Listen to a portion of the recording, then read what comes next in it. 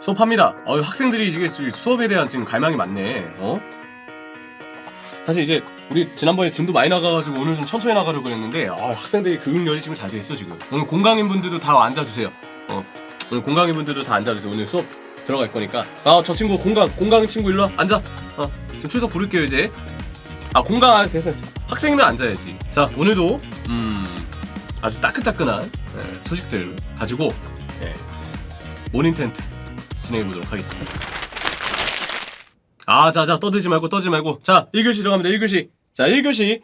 오늘의 1교시는 다들 이제 아침 자주 시간에 봤을 텐데, 맨체스터 유나이티드 유로파리그 8강 탈락, 세비야에게 0대3의 패배를 당했습니다. 오늘 1교시는 맨체스터 유나이티드 워스트는 누구였나?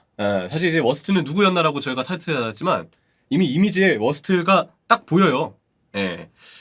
아마 좀 맨체스터 유나이티드 팬분들이 굉장한 답답함을 좀 느끼지 않으셨을까 싶고, 오늘은 저 두 선수에 대해서 좀 구체적으로 뭔가 얘기를 좀 얘기를 좀 해보려고 합니다. 이미 다 아는 내용이라고요? 아니에요. 오늘 저기 기본 이론 말고 익힘책 내용도 가득 있으니까 좀 아는 내용이라 한들 학생들 한번 학원에서 미리 선행학습하고 온 학생들도 자리에 앉아가지고 오늘 학교 수업 잘 집중하셨으면 좋겠습니다. 맨체스터 유나이티드 세비야의 패배. 1차전 스코어가 홈에서 2대2 무승부였죠. 사실 2대0으로 앞서고 있었는데 2대2로 따라잡혔습니다. 그리고 바란, 니산드로, 니산마라고 하죠. 니산드로의 부상 뼈 아프게 다가왔죠. 2차전 원정에서 0대3 패배. 이게 오늘 경기 결과입니다. 엔네시리가 멀티골을 넣었는데 이 멀티골 과정이 참 묘하게도 진짜 묘하게도 맨체스터 유나이티드 선수들의 실수가 빌미가 됐어요. 이 멀티골 자체가 다 그런 실수에서 나왔고, 그리고 바데 선수의 세트피스 헤더골, 이렇게 해서 0대3의 결과가 나왔죠. 돋보였던 선수는 역시 이반 라키티치. 라키티치는 역시 클래스가 좀 있어요. 라키티치가 킥이 미쳤더라고. 세트피스 상황 때 클래스. 라키티치가 제대로 좀 보여줬다, 그런 생각을 좀 했었습니다. 오늘의 메인이죠. 맨유 누가 워스트였나?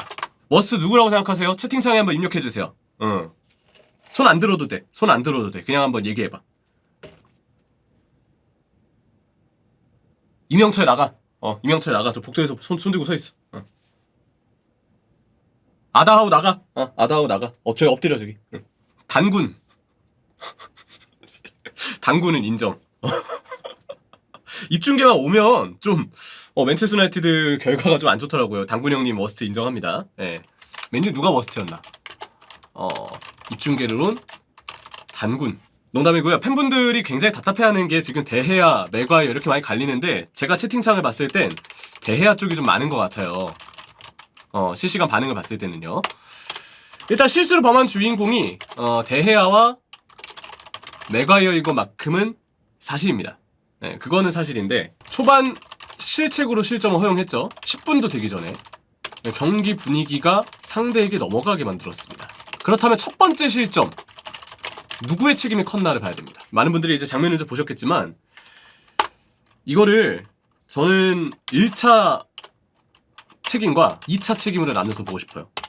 저는 그리고 개인적으로 1차 책임은 맥과이어에게 있다고 생각합니다. 1차 책임이라는 게 책임이 좀 크다는 거예요. 원인 빌미 제공이라기보다는 누가 더 책임이 큰가로 봤을 때 저는 이 장면은 개인적인 생각으로는 맥과이어가 좀 크다고 생각을 해요. 이유는 첫 번째, 볼라라고 요청했다. 두 번째, 볼 받기 전 주변 상황에 대한 판단을 미리 하지 못했다. 이게 사실 되게 중요해요. 주위에 상대 선수들이 한 3명 정도 에어싸고 있었잖아요. 그럼 미리 자기가 보고 어떻게 풀어나갈지를 미리 판단하고 있었어야 돼요. 그러면 설령 볼이 데헤아 쪽에서 나한테 온다 그래도, 맥과이어 쪽으로 온다 그래도 미리 상황을 좀 알고 있었으면 맥과이어가 그렇게 뜸을 들이지 않고 조금 더 빠르게 처리할 수 있었을 거예요. 하다못해 위험하다 싶으면 걷어낼 수라도 있었겠지.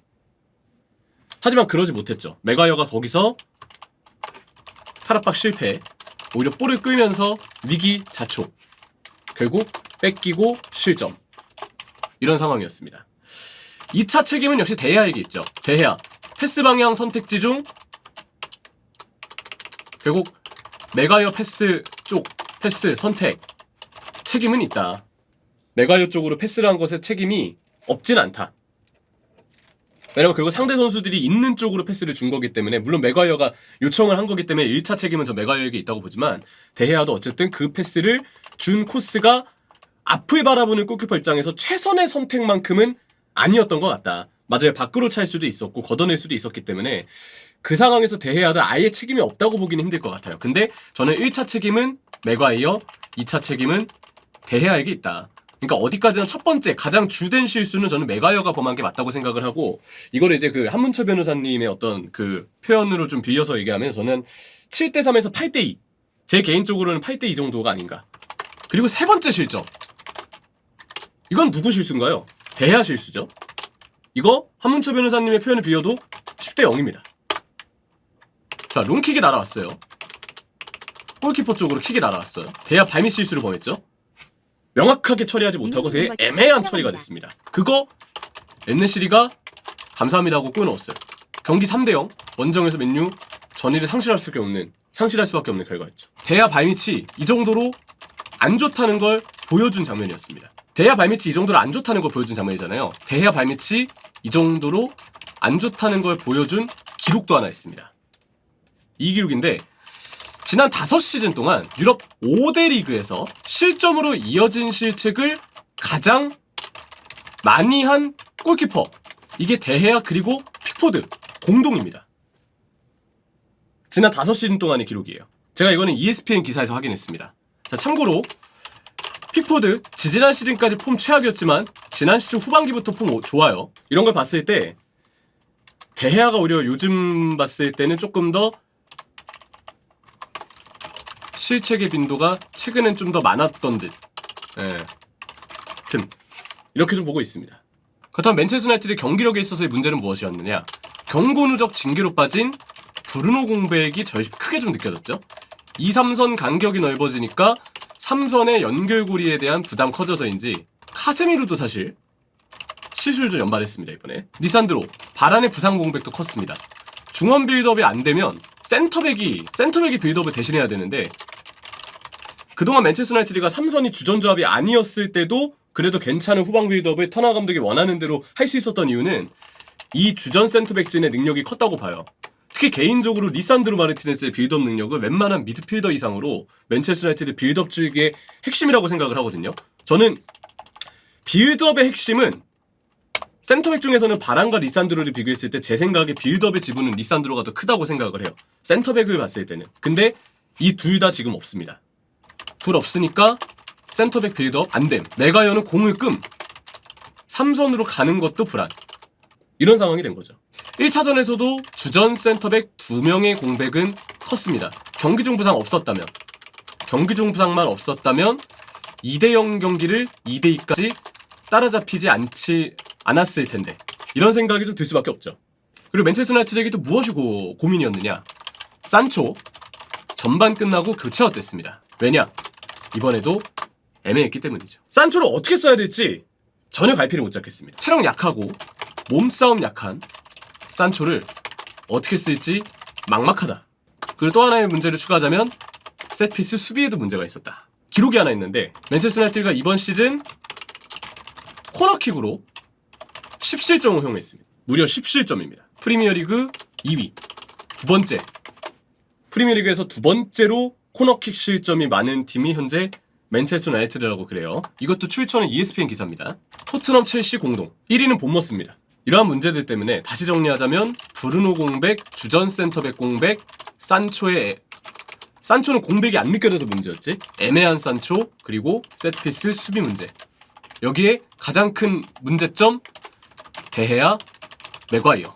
이렇게 정리를 좀 할 수 있을 것 같아요. 이런 요소들이 이번 경기에 다 느껴졌기 때문에 맨체스터 유나이티드는 세비야 원정 경기를 어렵게 풀 수밖에 없었다. 이외에도 많지만 주요 요점은 이 정도로 정리하겠습니다. 세비야는 맨유를 상대로 이번에도 강한 모습을 보여줬습니다. 2018년 챔피언스리그 16강 합계 2대1 세비야 승. 올드 트래포드에서 2대1로 그때 승리를 했었죠. 자, 그리고 2020년 유로파리그 준결승. 제가 이 경기는 중계해서 제가 직접 중계를 했기 때문에 기억이 납니다. 이때 코로나 팬데믹 이후에 재개됐던 일정이었기 때문에 단판으로 진행이 됐는데 2대1로 이겼어요. 세비야가. 루크 더용의 인생 경기 중 하나. 이러고 이제 세비야는 우승을 합니다. 이때 인테리를 꺾고 우승을 하죠. 이때 세비야 박찬호 꺾고 우승. 찬호 형님이 이 시간에 보시진 않을 거니까. 세비야가 몇 회 우승이냐고요? 유로파리그 최강자. 이번에 우승하면 7번째 유로파리그 우승입니다. 참고로 첫 번째 우승은 언제 했느냐?